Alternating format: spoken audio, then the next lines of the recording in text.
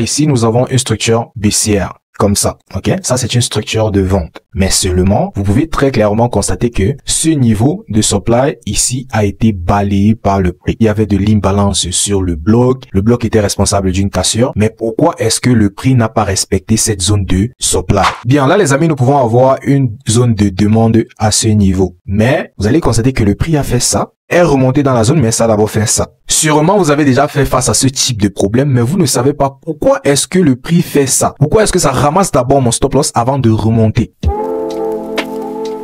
Le concept de supply and demand est un concept qui est utilisé et apprécié par beaucoup, mais seulement que ça ne fonctionne pas toujours. Dans cette vidéo, les amis, nous allons essayer de voir dans quel cas est-ce que votre zone de supply et votre zone de demande ne va pas fonctionner et qu'est-ce que vous devez faire pour y remédier. Pour commencer, nous allons vous dire comment est-ce que vous pouvez trader les zones de demande et comment est-ce que vous pouvez trader les zones de supply. À quoi est-ce que ces zones-là ressemblent tout simplement. Pour commencer avec les zones de demande, nous allons dire que lorsque vous avez identifié votre structure comme ceci, vous allez considérer généralement la plus petite bougie qui va se trouver à l'extrémité. Maintenant, d'aucuns vont dire que vous devez considérer la bougie contraire. Mais moi, je vais dire les amis que vous devez considérer la plus petite bougie. Là, vous n'aurez pas à savoir si c'est la bougie contraire ou pas. Et tout ce que vous avez à faire, c'est d'effectuer votre entrée à ce niveau, le stop loss légèrement en bas et targeter tout simplement ce dessus-ci. Ne vous en faites pas, nous allons passer sur les graphiques pour mieux expliquer. Pour une zone de supply, vous devez d'abord identifier une structure de vente comme ceci et puis considérer l'extrémité, c'est-à-dire la bougie contraire qui est à l'extrémité ou bien encore la plus petite bougie que vous allez trouver à l'extrémité. Et puis vous allez effectuer votre entrée comme ceci. Ce que vous devez comprendre les amis, c'est que les supply et les demand zones ne sont pas seulement les zones qui sont à l'extrémité. Ça peut arriver d'avoir d'autres au milieu. Les zones qui vont se trouver au milieu seront généralement appelées les zones de continuation. Et ceux qui vont se trouver à l'extrémité seront généralement appelés les zones de retournement. Maintenant, si vous avez des difficultés avec ces concepts-ci, les amis, j'ai déjà sorti des vidéos bien précises. Supply and demand zone partie 1 et partie 2 également. Maintenant, ce que nous allons faire les amis, c'est de passer sur les graphiques pour essayer d'illustrer ceci.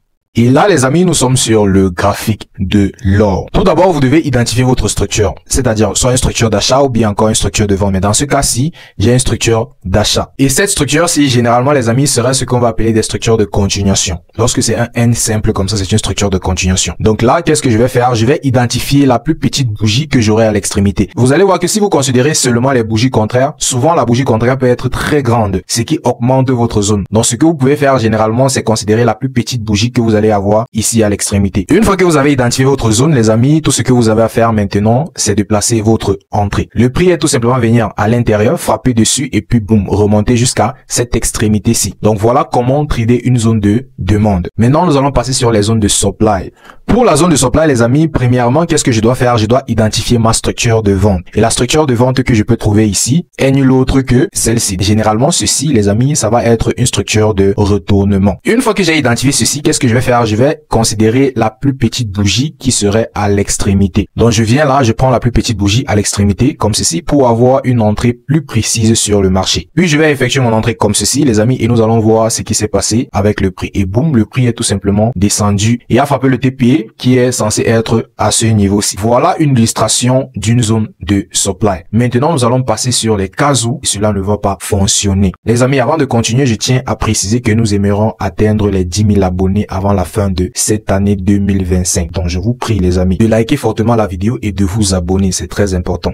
Pour commencer, les amis, vous devez comprendre que une zone de demande ou bien encore une zone de supply peut être invalidée de deux façons. Nous pouvons avoir l'invalidation en termes de localisation ou bien encore l'invalidation en termes de configuration. Ce que nous allons voir dans cette vidéo, les amis, c'est l'invalidation des zones de supply et de demande en termes de localisation. Et si vous voulez avoir l'invalidation des supply et demande zone en termes de configuration, nous avons vu cela dans la vidéo supply and demand. Le lien serait dans la description de celle-ci. Donc ici, nous allons voir cela plutôt en termes de localisation. Donc dans cette vidéo, nous allons vous parler de 4 cas où vous allez avoir vos zones de supply et de demande invalidées.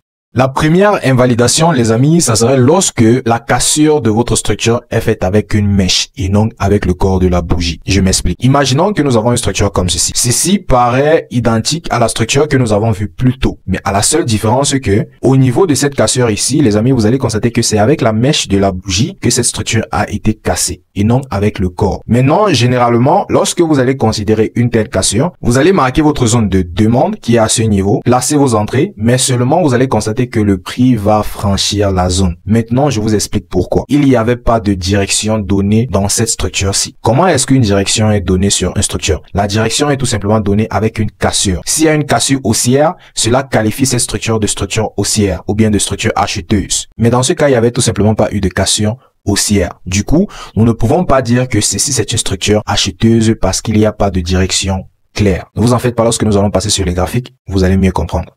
Deuxième cas de figure. Imaginez que vous avez votre structure comme ceci. Cette structure également est presque identique à celle que nous avons vue plus tôt. À la seule différence, c'est que la cassure que nous avons ici est une cassure qui est faite avec la mèche et non avec le corps. Imaginez donc que vous considérez votre zone d'entrée. Qu'est-ce qui va se passer? Vous allez placer votre zone d'entrée, placer votre TP et stop loss, mais le prix va vous faire balayer, tout simplement parce qu'il n'y a pas de direction claire ici. Le prix peut toujours respecter cette structure N et continuer vers le haut. Ce que vous allez également comprendre ici, les amis, c'est que le marché est fractal. Donc, vous pouvez avoir une cassure en M15 et ne pas l'avoir en H1. Vous pouvez avoir une cassure en M5 et ne pas l'avoir en M15. Dans ce cas, comment est-ce que vous pouvez résoudre ce problème-là? Ce que vous devez comprendre, les amis, c'est que ces cassures-ci doivent être considérées en fonction de votre unité de temps. Disons par exemple que si moi je viens sur le marché et je n'analyse le marché qu'avec 2 unités de temps par exemple. 4 heures pour déterminer la direction du marché ou bien encore pour marquer mes zones d'entrée et aller sur une unité de temps qui serait M15 pour mes confirmations d'entrée. Donc disons si ça c'est une structure de H4. Je constate que la cassure ici est faite avec la mèche. Alors je ne vais pas considérer cette zone ici pour descendre même pour prendre une confirmation d'entrée. Tout simplement pourquoi? Parce que la cassure est faite avec la mèche. Maintenant imaginons que au lieu d'être en H4 je suis plutôt en M15. Ça veut dire que ceci c'est directement ma zone d'entrée. Alors je ne vais tout simplement pas prendre une entrée à ce niveau parce qu'il n'y a pas eu de cassure avec le corps. Donc pour dire les amis que vous devez considérer ces cassures sur vos unités de temps respectives. S'il n'y a pas la cassure en H4, ça veut dire que la direction selon mon unité de temps ne serait pas respectée. Ça peut être respecté selon H1 mais pas forcément selon H4. Et si c'est selon H1 que cela sera respecté, alors la configuration d'entrée serait également différente. Elle serait au niveau de M5. Je sais pas si je me suis fait comprendre. Donc maintenant je vais passer sur les graphiques. Les amis, avant de passer sur les graphiques, je tiens à dire que si lors de mes explications vous avez des difficultés à comprendre quoi que ce soit, tout ce que vous avez à faire, c'est d'aller dans la barre des commentaires et puis vous allez poser vos préoccupations. Et si vous voulez également avoir une lecture encore plus avancée, plus détaillée du marché, tout ce que vous avez à faire, c'est de nous écrire sur Telegram pour avoir les informations sur la formation que nous offrons. Bien, les amis, là, nous sommes sur l'NZD-USD. Là, vous pouvez voir, les amis, que nous avions une structure ici auparavant, qu'on pouvait bien considérer de U. U, pourquoi? Parce que ça a la forme de cette lettre-là. Une fois que vous avez votre U, vous allez, par exemple, venir là et considérer la plus petite bougie qui est celle-ci. Le prix va revenir, réagir un tout petit peu, descendre, revenir, descendre après, monter ou retirer. La raison est laquelle? Lorsque je zoome au niveau de la cassure, je constate tout simplement, les amis, que cette cassure-là est faite avec la mèche et non avec le corps de la bougie. Dans ce cas, qu'est-ce que je dois faire? Quelle est la zone que je me dois de considérer ici? Vous allez venir, les amis, et considérer la zone de supply qui va s'y trouver au-dessus de ce niveau-là. Pourquoi? Parce que vous savez déjà ici que ce niveau-ci serait utilisé comme liquidité vu qu'il n'y a pas de direction claire. Alors, ce serait plutôt la cassure que nous avons à ce niveau qui serait considérée. Donc là, qu'est-ce que je fais? Je vais venir et je vais prendre plutôt cette petite bougie comme ceci. Donc, mon entrée devait se passer plutôt à partir de ce niveau et puis boum, le prix est tout simplement descendu vers le bas. Maintenant, nous allons passer sur un exemple d'achat. Là, vous allez voir, les amis, que nous avons une zone de demande à ce niveau qui a été brisée. Pourquoi est-ce que cela a été brisé? Tout simplement parce que la cassure qui était ici en haut était une cassure avec la mèche et non avec le corps. Donc, il n'y a pas eu de corps de bougie qui a clôturé au-dessus. C'est là plutôt clôturé en dessous. Ce qui rend cette zone-ci invalide pour une direction propre. Mais là, vous pouvez clairement voir que nous sommes en tendance haussière, c'est-à-dire le marché est en hausse complète. Ce qui fait que cette zone-ci peut ne pas être respectée, mais le marché doit quand même agir sur une zone pour pouvoir monter. Et cette zone-là, les amis, c'est tout simplement celle-ci. Donc, une fois que vous avez identifié que votre cassure est faite plutôt avec la mèche, venez et considérez celle-ci. Parce que ce niveau-là va se faire manipuler et c'est ce niveau-ci qui serait tout simplement respecté. Là, vous placez votre entrée et boum, le prix explose vers le haut. Maintenant, ce que nous allons faire, c'est de passer sur un deuxième cas d'invalidation. Là, vous pouvez voir ici, nous avons une structure baissière. Comme ça, ok? Ça, c'est une structure de vente. Mais seulement, vous pouvez très clairement constater que ce niveau de supply ici a été balayé par le prix. Il y avait de l'imbalance sur le bloc. Le bloc était responsable d'une cassure. Mais pourquoi est-ce que le prix n'a pas respecté cette zone de supply? Nous allons passer sur le deuxième cas d'invalidation. Dans quel cas est-ce que le prix peut réinvalider votre zone de supply et de demande? Notre deuxième cas ici, les amis, nous allons parler de contre-tendance. Toutes les zones de demande qui seront sur une tendance baissière, généralement ont un très faible pourcentage de réussite. Toutes les zones de supply qui sont sur une tendance haussière, généralement auraient une très faible probabilité de réussir. Je m'explique. Disons que nous avons une structure comme ceci. Et là, nous avons notre zone de supply. Vous pouvez être tenté de considérer cela comme une zone d'entrée, mais seulement que après, vous allez constater que le prix va vous ramasser. Pourquoi est-ce que le prix va vous ramasser dans ce cas? Tout simplement parce que à l'origine, nous sommes sur une tendance haussière. Et le plus bas qui est responsable de cette tendance-là n'a pas encore été balayé, ou bien encore n'a pas encore été ramassé. C'est bien vrai qu'il y a des cas où vous pouvez considérer comme ceci, et cela nous expliquons dans nos formations privées. Et cela serait très long de l'expliquer ici. Donc tout ce que vous devez comprendre actuellement ici, c'est que si vous avez une zone de supply sur une tendance haussière, ne soyez pas tenté de prendre cela, sauf si vous avez une claire compréhension de ce que vous êtes en train de faire. Deuxième cas de figure. Là, vous allez imaginer que nous avons une structure comme ceci. Vous pouvez avoir une zone de demande à ce niveau. Vous serez bien tenté d'effectuer votre entrée là-bas, mais seulement que vous avez oublié de considérer le fait que ceci est sur une tendance clairement baissière. Si dans ce cas, le plus haut, le dernier plus haut de cette tendance-ci n'est pas retiré, cette zone-ci est de très faible probabilité. C'est bien vrai, comme je l'ai précisé plus tôt, il y a des cas spécifiques où cela peut fonctionner. Mais dans ce cas-ci, nous allons nous concentrer sur le fait que si vous avez votre zone de demande sur une tendance baissière, ne soyez pas tenté de prendre cette zone, sauf si vous avez une claire compréhension de ce que vous êtes en train de faire. Maintenant, nous allons passer sur les graphiques pour une meilleure explication. Revenons à notre exemple passé. Là, vous allez constater que ici, j'avais un peu zoomé à l'intérieur. Mais si j'essaye de dézoomer, nous sommes sur une claire tendance haussière. Et si nous sommes sur une claire tendance haussière, ça veut dire que toute tentative de vente dans ce cas-ci serait de très faible probabilité. Et là, vous allez constater ici là que le prix a laissé un plus bas. Qu'est-ce que je dois donc faire à ce niveau? Ce que je dois faire, c'est de considérer plutôt le dernier bloc de la tendance, comme ceci. Et vous allez voir là que le prix est revenu à l'intérieur et puis boum, a explosé. Je vais enlever le dessin. Ok, donc là, le prix est revenu à l'intérieur et a explosé vers le haut. Je sais pas si je me fais comprendre, les amis, mais si vous avez des questions, allez-y dans la barre des commentaires. Maintenant, nous allons passer sur un autre cas de figure. Là, les amis, je vais vous laisser avec une question. Actuellement, nous sommes sur le Gold et à l'heure que je fais cette vidéo-ci, le marché est fermé parce que c'est un samedi. Ce que vous avez à faire, les amis, c'est de me dire, est-ce que vous devez considérer cette zone de supply ou pas? Donnez vos réponses dans la barre des commentaires. Comme je le précisais dans mes vidéos, les amis, j'aimerais que mes vidéos soient des vidéos où vous allez interagir parce que ça ne sert à rien de voir si vous ne pouvez pas poser des questions, si vous ne pouvez pas interagir alors que c'est totalement gratuit. Donc, si vous avez pris la peine de voir la vidéo, prenez aussi la peine d'interagir sur cette vidéo-là. Nous allons nommer cette zone X. Est-ce que vous devez effectuer une vente sur la zone X ou pas? Laissez vos raisons en commentaire. Là, nous avons une structure haussière comme ceci. Du coup, nous avons notre demande zone à ce niveau. Mais pourquoi est-ce que le prix n'a pas respecté cette demande zone-là? Tout simplement parce que nous étions sur une tendance baissière très claire. Là, je suis sur l'unité de temps 4 heures. Ça ne sert à rien de venir prendre une confirmation ici, tout simplement parce que cette confirmation-là va se faire balayer. Cette confirmation ne va absolument pas fonctionner. Déjà parce que la zone que j'ai désignée n'est pas une zone forte. Là, c'est clair que nous étions en tendance baissière à ce niveau. Mais après, le prix a échoué de ramasser ce plus bas et a plutôt ramassé ce plus haut. Ce qui montre que, dans ce cas, la tendance a changé pour une tendance haussière. Je peux donc identifier une très bonne zone de demande ici. Mais lorsque j'essaye de pousser, comme ça, vous allez voir que cette zone de demande-là, en réalité, n'a pas supporté le prix. La question ici est de savoir pourquoi est-ce que le prix n'a pas été supporté par cette zone-là et comment est-ce que j'aurais dû prédire la cassure de cette zone. Là, nous passons au troisième cas. Pour le troisième cas ici, nous allons parler de plusieurs touches. Plusieurs touches, comment les amis? Imaginez que vous avez votre structure d'achat et vous désignez votre zone de demande. Puis vous êtes tenté de faire une prise de position. Là, vous allez constater que le prix va tout simplement ramasser ce niveau-là. Maintenant, je vous explique pourquoi. Si vous désignez une zone de demande et vous constatez que sur cette zone de demande-là, il y a plusieurs touches, là, vous devez tout simplement comprendre qu'il y a un très fort pourcentage que cette zone-là ne puisse pas tenir. Maintenant, pour tous ceux-là qui ont l'habitude d'utiliser les zones de supply et demande, vous allez être d'accord avec moi que lorsque une zone de demande veut être respectée, le prix ne dure pas trop là-bas. Généralement, vous allez constater le prix va venir frapper avec une mèche et puis aller très vite vers l'autre sens. Mais si vous constatez que le prix arrive et sur votre zone de demande, ça commence plutôt à dormir, alors là, ce n'est pas bon du tout. Expliquons ceci dans l'autre cas. Imaginez que vous voulez faire une vente et que vous avez une structure comme ça. Une fois que vous avez identifié la structure, vous identifiez votre zone de supply et vous êtes tenté également de faire une prise de position. Là également, ça va pas fonctionner. Pourquoi? Parce que cette zone de supply a été frappée plusieurs fois par le prix. Lorsque cela a été frappé plusieurs fois par le prix, les amis, c'est tout simplement en train de créer plus de liquidité. Au lieu de combler la liquidité qui est à ce niveau, ça crée encore plus. Ce qui fait que généralement, vous allez voir, cette zone-là ne va pas fonctionner. Maintenant, vous allez sûrement vous poser la question de savoir à partir de combien de touches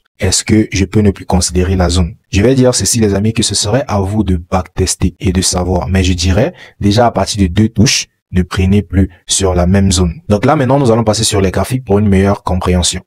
Revenons donc à notre exemple. Là, vous allez constater que le prix à revenir sur cette zone-ci a frappé une fois, frappé 2 fois, frappé 3 fois, frappé 4 fois et 5 fois, 6 fois également. Donc là, c'était déjà de trop, les amis. Donc disons, à partir de cette touche et cette touche-ci, je dois déjà comprendre que quoi? Que je dois chercher des positions de vente. Pourquoi? Parce que ce niveau est sur le point de se faire invalider. Donc après cette touche-ci, vous pouvez constater là que nous avons une cassure à ce niveau. Donc, si j'ai ma cassure à ce niveau qui vient dans la zone de supply, qu'est-ce que je vais faire? Une fois que le prix va frapper sur ça et que c'est encore en train de remonter, j'ai une cassure baissière ici. Donc, dans ce cas, je vais plutôt essayer de vendre. Ou au moins se toucher ce plus bas et peut-être sortir de la position. Dans un cadre de vente également, c'est la même chose. Imaginez là, par exemple, j'ai une très belle zone de supply à ce niveau. Comme ça. Et je constate que lorsque je trace cette zone de supply, le prix a déjà frappé plusieurs fois. Lorsque le prix frappe plusieurs fois, ici déjà j'avais une cassure baissière. J'avais une cassure baissière à ce niveau. Là, c'est bien. Ça veut dire que peut-être le prix veut respecter ma zone pour descendre. Le prix revient encore. Ça rate maintenant de casser ce plus bas-ci, ce niveau-ci. Si ça rate déjà de casser ce niveau-ci, les amis, qu'est-ce que je vais faire? Je vais plutôt essayer maintenant de vendre. Parce que je sais déjà que dans ce cas, ça ne va plus tenir. Je sais pas si je me fais comprendre, les amis, mais avec un peu de backtest, vous allez finir par comprendre. Bien, là, les amis, nous pouvons avoir une zone de demande à ce niveau. Mais, vous allez constater que le prix a fait ça, est remonté dans la zone, mais ça a d'abord fait ça. Sûrement, vous avez déjà fait face à ce type de problème, mais vous ne savez pas pourquoi est-ce que le prix fait ça. Pourquoi est-ce que ça ramasse d'abord mon stop loss avant de remonter? Alors là, nous allons passer sur le 4e et dernier type d'invalidation de votre zone de supply et de demande. Et là, nous allons parler de double haut ou bien encore de double bas. Imaginez, vous avez votre structure d'achat comme ça. Là, vous allez voir que sur cette structure d'achat, nous pouvons avoir une zone de supply ici. Vous serez bien tenté d'effectuer une entrée à ce niveau-là, mais seulement que ce que vous allez constater, c'est que le prix fait d'abord ça. C'est-à-dire, ça vient, ça vous ramasse d'abord avant d'aller dans votre sens. Mais vous ne comprenez pas pourquoi. C'est très simple, les amis. C'est tout simplement parce que votre zone de demande est assise sur un double bas. Et lorsque votre zone est assise sur un double bas, vous allez constater que le prix aurait tendance à venir ramasser ce niveau et chercher une raison généralement un peu plus basse. Ce que vous devez comprendre ici, les amis, c'est que quoi? C'est que si ma zone de demande est assise sur un double bas, alors qu'est-ce que je vais faire? Je vais tout simplement soit regarder s'il n'y a pas une autre zone d'entrée légèrement au milieu, ou bien je vais attendre une bougie contraire à ce niveau, c'est-à-dire attendre que la bougie ramasse d'abord ce niveau avant d'effectuer mon entrée. Là, nous allons passer sur un deuxième cas. Imaginez, vous avez une structure comme ceci. Et là, vous avez votre zone, vous placez votre entrée, mais vous constatez que le prix fait ça. Alors, le prix va faire cela tout simplement parce que dans ce cas, vous allez voir que la zone de supply est assise sur un double haut. Et les double hauts et les double bas, généralement, seront des zones de liquidité. Mais vous devez également comprendre que ça va pas se faire ramasser à tout moment. Parfois, vous pouvez avoir un double haut, mais le prix vient, ça réagit plutôt au milieu et puis ça part. Donc là, nous allons passer sur les graphiques pour essayer de mieux expliquer ceci. Et là, nous revenons à notre exemple. Ici, vous allez constater que cette zone-ci a été ramassée. Pourquoi? Parce que là, nous avons un double bas. Ok, donc le prix aurait toujours tendance à venir ramasser ce double bas avant de remonter. Et ce que vous pouvez faire ici, les amis, c'est quoi? C'est attendre d'abord la bougie contraire. Donc une fois que j'ai cette bougie contraire, qui est la bougie qui est responsable de ce ramassage de liquidité, je vais effectuer mon entrée ici. Ou bien je vais chercher une autre raison d'entrée, généralement ici en bas. Mais moi, je préfère la première option. Pourquoi? Parce que vous pouvez avoir d'autres entrées ici en bas, le prix n'arrive pas. Comme par exemple ici, il y avait de l'imbalance, mais le prix n'est pas arrivé là-bas. Et ceci, les amis, serait vrai dans le cadre d'une tendance baissière. Donc là, nous avons une cassure baissière ici. Et puis, nous avons une zone de supply ici. Mais le prix a tout simplement ramassé ce niveau avant de descendre. Pourquoi? Parce que là, nous avons un double haut. Maintenant, les amis, là également, je vais vous laisser avec une deuxième question qui est de savoir, selon vous, est-ce que vous pouvez identifier une autre raison pour laquelle le prix a dû balayer ce haut avant de redescendre? C'est vrai également, les amis, qu'il y a d'autres configurations, mais nous ne pouvons pas tout donner, sinon ça serait pas juste envers ceux qui payent pour avoir ces informations-là. Et n'oubliez pas, les amis, de nous écrire sur Telegram pour avoir les informations sur la formation que nous offrons. Alors là les amis, c'était tout pour cette vidéo. Si je mets énormément d'énergie à produire ces vidéos les amis. Si vous n'avez pas encore liké la vidéo jusqu'à ce niveau, ce n'est absolument pas gentil. Pensez à vous abonner les amis. Et rappelez-vous que toutes les vidéos reliées à cette vidéo-ci seront dans la description de celle-ci. Donc je vous invite d'aller regarder cela. Rejoignez-nous sur Telegram les amis. Le lien serait dans la barre des commentaires épinglés ou dans la description de cette vidéo si c'est très important. Bientôt, nous allons commencer des activités là-bas que vous ne voulez absolument pas rater. Si vous avez des questions, allez-y dans la barre des commentaires. Si vos questions sont encore plus personnalisées, vous pouvez bien m'écrire sur Telegram pour tout cela. Sur ce, les amis, merci d'avoir regardé cette vidéo jusqu'à ce niveau et je vous dis à plus.